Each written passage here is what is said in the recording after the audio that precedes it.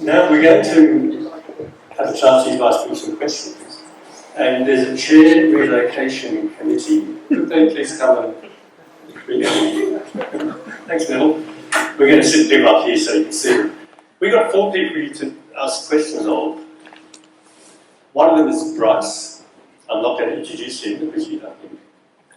One of them is Richard. I'm not going to introduce him because you know him. But Mark Nicholson, you might not know. Mark's an interesting guy.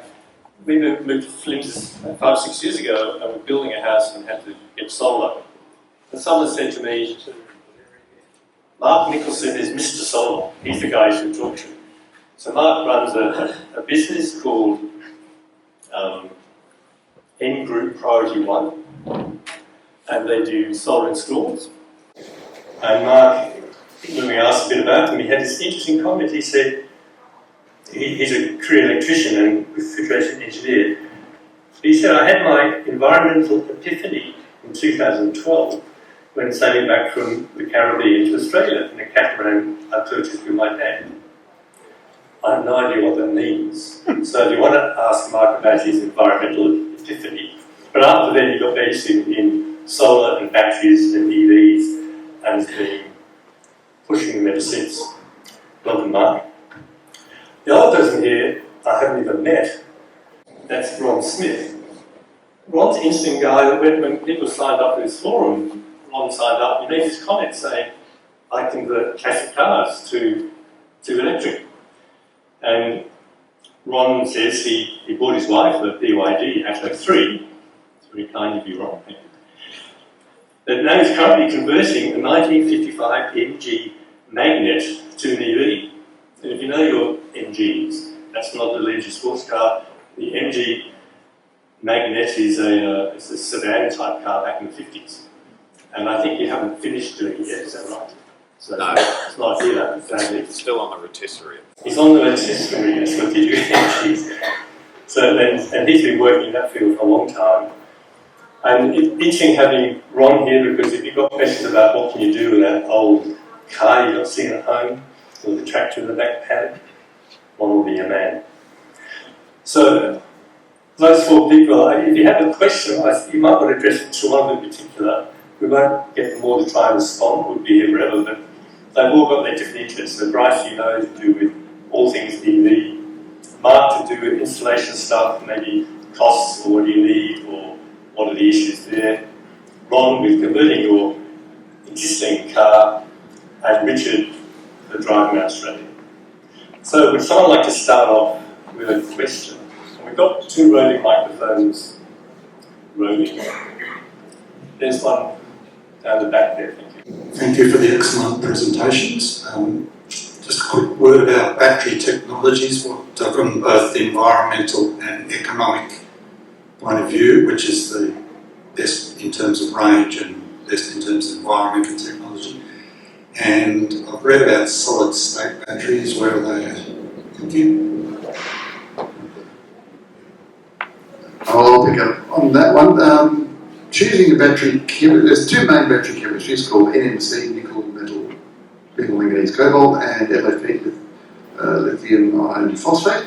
And of the 2, it's a bit like choosing an OLED versus a QLED versus a ULED versus a ODMA gold, which level they buy.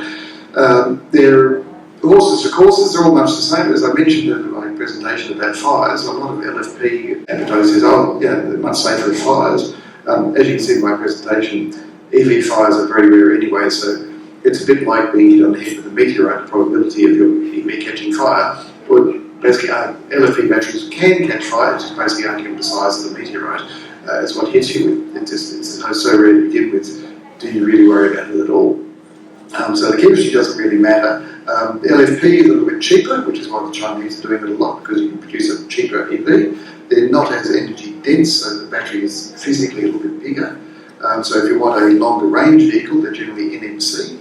NMC is a little faster charging. LFP is a little more comfortable with just being left at any old state of charge when you charge it up, recharge it, although they do need to be charged to 100 every now and again to not get a memory in the battery. So it's horses for courses. But in terms of battery technologies, they're all pretty good. And it's just a matter of, I wouldn't be particularly choosing a car because of its battery chemistry. It's more choosing the car. Does it have the right charging speed? Does it have the right range? And the chemistry will fall into place along there. When it comes to solid state batteries, how to be polite about Toyota? They've been trying to put off people buying EVs. So they keep saying, oh, there's a better chemistry coming along, wait until we finish and get the solid state battery going because it will be so much cheaper, so much faster, so much more energy dense. It is basically the LFP and NMC batteries are getting ahead in leaps and bounds. Anyway, we'll have the incremental stage of improvement, and the solid state battery is just an incremental improvement on what those two do anyway. And they're still not there yet developing it. So even when they're available, they won't be massively better than LFP or NMC. But it is a good way of Toyota saying, oh no, wait till we get our battery right, you don't want to buy the others. That's my slightly cynical comment about the solid state. But it's a good technology, don't get me wrong, it's just it's not a game changer. Sorry about the long-winded explanation. Thank you. One down here. Thanks, Rob. Yeah, maybe Bryce and Mark can answer this one. You talked about vehicle-to-home bi-directional charging a little earlier, and that has been inhibited because of legislation, I believe, historically. So now that you're saying it's coming to fore, maybe later this year, and I think legislation said it's now can happen, but technically or practically it's just not out there very much. So I'm sure you're keeping abreast with all this sort of stuff, and who's selling bi-directional chargers out there, and what would it cost to put one in that's of a decent size? So it could be a 3-phase charger, or a 22 kilowatt or a 7.5 kilowatt. As Bryce mentioned earlier, we actually haven't got anything we can buy yet. So I guess following what's going on. And I think, as Bryce was saying before, the second part of this year, I think, is when we'll have the equipment available to be able to install them. I'm assuming they're going to be more complex than the existing chargers we've got at the moment, because what we've got at present is only pushing the power one way, and then when we push it back the other way, we're going to have other checks and balances that we need to monitor, like we do with solar inverters and batteries as well. So I think they'll be more expensive. I guess could be $2,000, $3,000, $4,000 would be my anticipated window maybe for one of those chargers. But I think when we do have that come online, hopefully later this year, I think that'll be another stop sign that's taken down for consumers, that their cars can then run their houses, and I think that'll be the momentum will gain again for EVs, and that'll be a bit of a changer for house batteries as well. I was going to briefly add we all remember when the first flat screen TV came in at $30,000. There will be an early adopter price on those vehicle-to-grid, vehicle-at-home stuff. It wouldn't surprise me that they'll be selling boxes at about $10,000. So installers will be stuck with a really high price for them to begin with, because they won't be cheap to buy. $2,000 to $5,000, probably about 18 months to 3 years' time. That's a good number. If you're wanting to wait a little while for that sort of number, it'd be about 18 months to 2 years. There's a lot of talk about which cars will be compatible with vehicle-to-grid charging. And I know I've read a lot of online things that said we've taken a number of ordinary cars that are not set up for that, like Polestars and Teslas and Volvos, and got them to work without modifying the car, but with a charger that can just essentially attach the car's battery to your home battery. Do you know where that's heading? Is that something we're likely to get existing cars to be able to run their vehicle-to-grid? Well, two parts. One is, if you're just doing it without approval of the manufacturer, they won't warranty it. But the number of cars that are on the market at the moment are technically capable of doing it. So anything with the eGMP platform, which is Hyundai Ioniq 5, Ioniq 6, Kia EV9, EV5, Genesis GV8, EV60, one of those. And the eGMP platform can all do it overseas. So they just not turning it on here. The VWs can do it, but they're not turning it on here yet. I believe there's a couple of other manufacturers that can do it, but they haven't turned it on. It's just they haven't made the announcement, and when they make the announcement, they will then cover it with warranty. If you try to do it without the warranty, if something went wrong, you're on your own. But there are a number of cars that can do it already.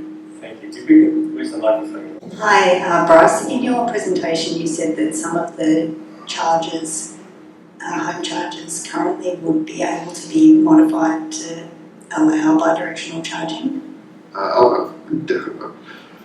Too many thoughts running in my head at the same time there.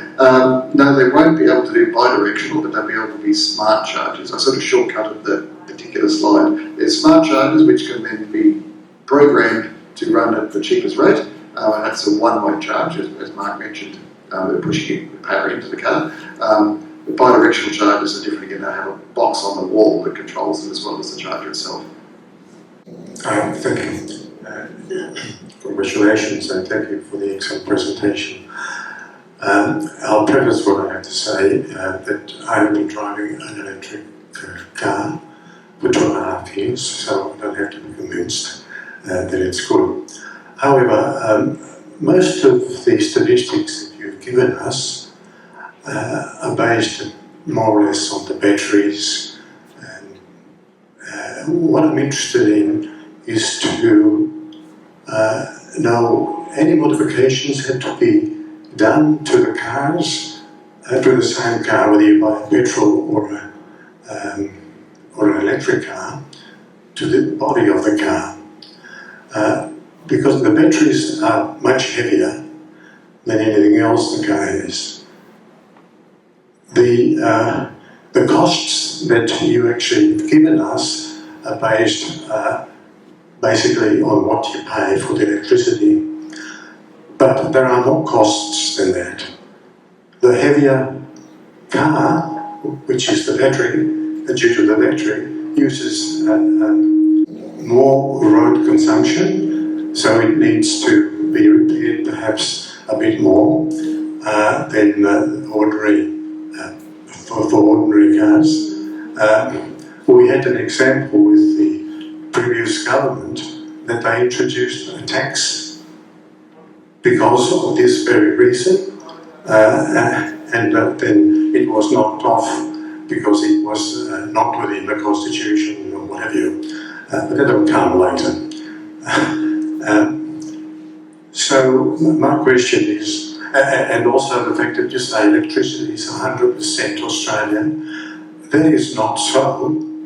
Electricity needs more electricity to be made with solar panels, etc. The question that is coming up, please. Okay. So, the question is, what is, in your mind, in your view, the real cost of the electric car as compared to petrol in the future? There's multiple questions in there. I'll start with the supposedly heavier vehicles. It's actually an urban myth. They're slightly heavier. I did an analysis of petrol versus battery versions of the same vehicles. It's between about 10 and 15% heavier, so they're not massively heavier. In fact, people's preference for buying large SUVs has made cars a lot heavier on the roads than the electric cars causing.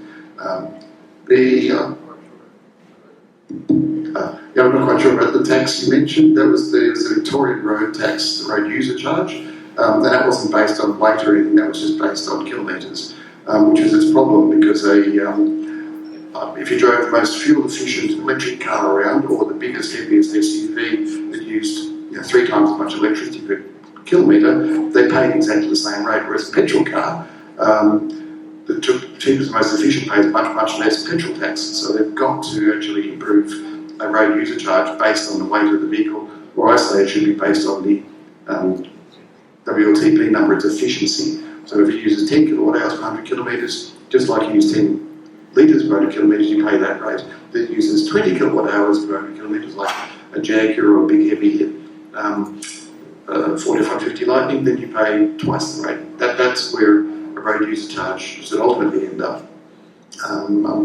They don't use a lot more, therefore, in terms of damaging the roads. I mean, we have issues with trucks and getting, they're the ones that use the damage to the roads as well as the bigger SUVs. If we all went for lighter, smaller cars, we would do the less damage to the roads as well.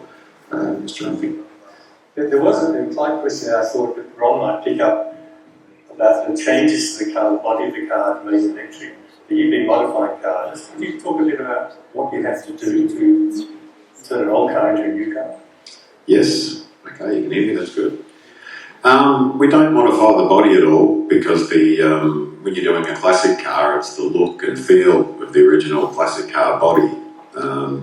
The main thing we have to watch when we're putting batteries and doing the electric conversion is that we don't exceed the gross vehicle mass.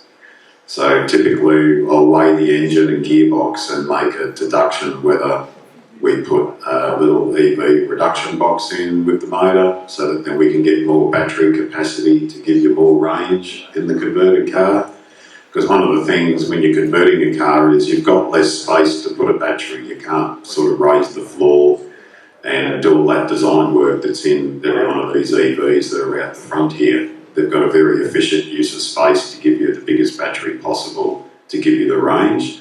So typically on a small car EV conversion, you'll have, the battery will have about half the range of the lowest range car out there. But body-wise, that's the main thing, is that to meet the simplistic rules to allow us to convert them is to not modify the firewall or the chassis. Otherwise it becomes what they call an individually constructed vehicle. And then you have to comply, the whole vehicle has to comply with 2025 standards. Or if you're going to take 5 years to build it, it's going to have to comply with, yeah, you're getting the picture now. And it just becomes very difficult. So Vic Roads have put in place rules that we can work within, which are, I reckon they're quite generous.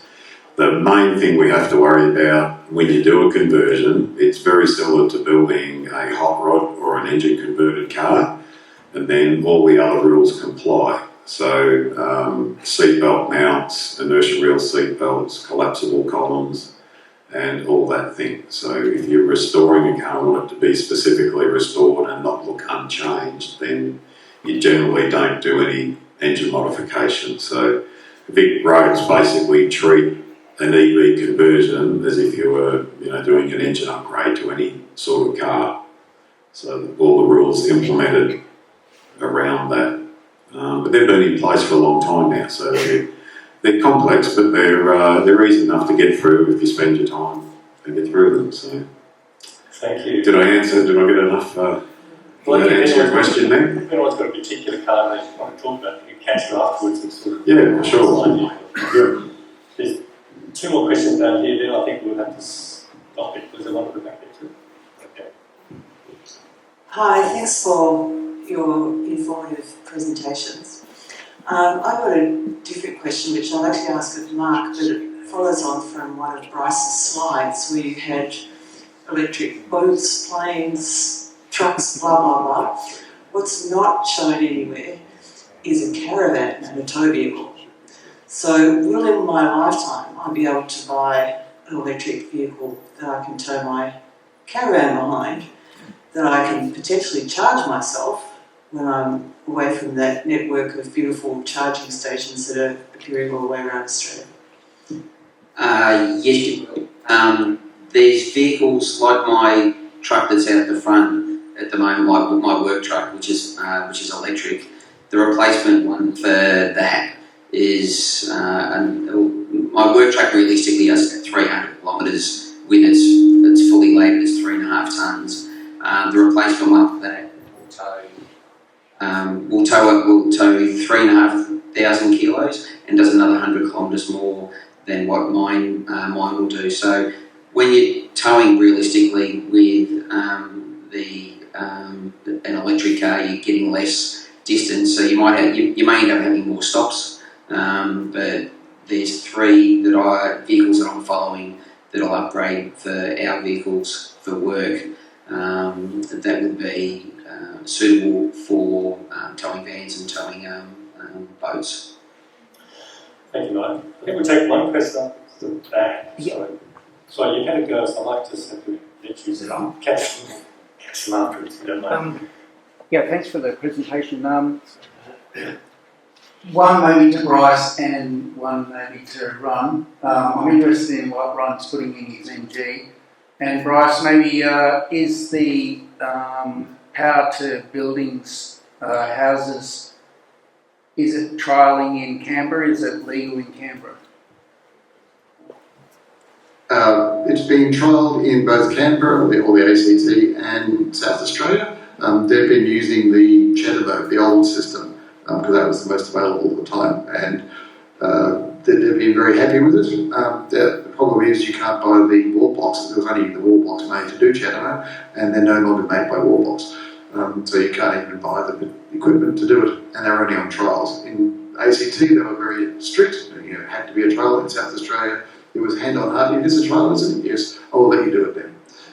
So they were a bit more lax with South Australia. Both were only trials. And so far, there's the battery standard, AS4 777, I think I never always forget which one it is, has been changed to include electric vehicles as a battery. So that's where one of the roadblocks was. So vehicle to home is now possible. It is now allowed to do it, and the chargers to do it with are deemed to comply if they're brought from Europe. It's just a matter of now the manufacturer saying, yes, we can do it, and then for the suppliers, we'll start bringing them in. It is that close. Hi, yes, we're using it's made by NetGain. It's an AC motor with IGBT transistors. It's a matched system that go together. It's really not that new. I've been working in traction technology for 30 or 40 years now with AC drives and motors. It's basically, in this particular system, the motors are made in Italy and the controller. There's a lot of them in America. The Americans have been using these since about '98 to do VW conversions and stuff like that. It's a little air-cooled motor, so it's got no water in it, which is one of the main differences between all your cars out here. Your OEM cars will be water-cooled, which is great for doing the highway distances in our heat. So that's some of the limitations. It's not to say that you can't use OEM technology. It just becomes very expensive because there's a lot of proprietary stuff that won't plug in and you can't get the proprietary information to be able to hack into it. So, this is a cost-effective way of doing it. What about battery thing? The battery tech, I'm not real fond of the NMC batteries because I've got an electrical engineering background and I understand thermal runaway with magnesium, and that's basically what creates the problem with the NMC batteries. If there's a problem or they're an accident or they're pierced, it's the thermal runaway of the magnesium is what creates the spectacular stuff that you'll see on the news with them all burning and you can't stop them because it becomes a chemical reaction that you can't cool down enough to stop it burning. So in my particular case, I've gone for LFP batteries. And most of the USA conversions where it's been done in the States since the late 90s, they've been using LFP batteries for the last 25 years. So, That's lithium ion, yeah? Yeah, lithium ion, yeah. So iron, they call them LFP because that's from the periodic table. Iron is... you test them in now. We'll have the chemistry lesson later. Yeah. If anyone to hang back, we can do that. Yeah, we can do that. Thanks very much. Okay. I'm going to stop that there because we don't want to run too much out of time. It's still at 5 minutes or something. So please would you thank our panel for this.